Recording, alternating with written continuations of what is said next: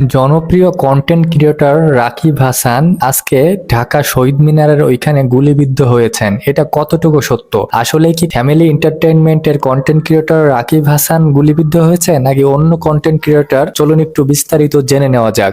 ফেসবুকে এবং ইউটিউবে বিভিন্ন সংবাদ মাধ্যমে একটা ভিডিও ভাইরাল এবং সয়লাভ যে জনপ্রিয় কন্টেন্ট ক্রিয়েটর রাকিব হাসান তিনি গুলিবিদ্ধ হয়েছেন। যে ঢাকা শহীদ মিনারের ওখানে দুর্বৃত্তরা হঠাৎ করে রাকিব হাসানকে গুলি করেছেন এবং তাকে নেওয়া হয়েছে দ্রুত হাসপাতালে এবং তিনি বাঁচবেন কিনা সেটা এখনো নিশ্চিত নয়। যে অনেকেই মনে করতেছে যে রাকিবের কন্টেন্ট ক্রিয়েটর পেশাটা অনেকেই পছন্দ করতেন না, যে তিনি সত্যতা তুলে ধরতেন, তিনি বিভিন্ন রাজনৈতিক কথা বলতেন, তিনি সততা এবং নিষ্ঠার সাথে কাজ করতেন, এটা অনেকেরই পছন্দ হতো না। অনেক রাজনৈতিক ব্যক্তিত্ব তার শত্রু হিসেবে গড়ে উঠেছিলেন এবং এই কারণেই কোন একটা শুটার কিলার দিয়ে তাকে গুলি করা হয়েছে দূর থেকে নিখুঁতভাবে এবং এক রাউন্ড গুলি তার মাথা এবং বুকে বিদ্ধ করা হয়েছে বলে জানায়। কিন্তু আসলে এই রাকিব হোসেনটা কোন রাকিব হোসেন? তিনি কি আসলে family entertainment content creator Rakib Hossain নাকি অন্য রাকিব? দেখুন, এই যে রাকিবের কথা বলা হচ্ছে তিনিও কন্টেন্ট ক্রিয়েটর, কিন্তু তিনি আসলে ফ্যামিলি এন্টারটেইনমেন্টের জনপ্রিয় কন্টেন্ট ক্রিয়েটর রাকিব হোসেন নয়। তিনি হচ্ছেন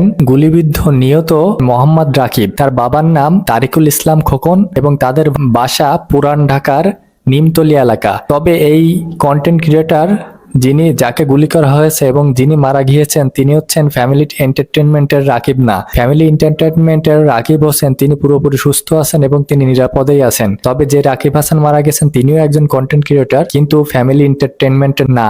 অবশ্য ভিডিও ভালো লাগলে অবশ্যই শেয়ার করবেন এবং এই সত্যতা দ্রুত মানুষের কাছে তুলে ধরবেন। ধন্যবাদ।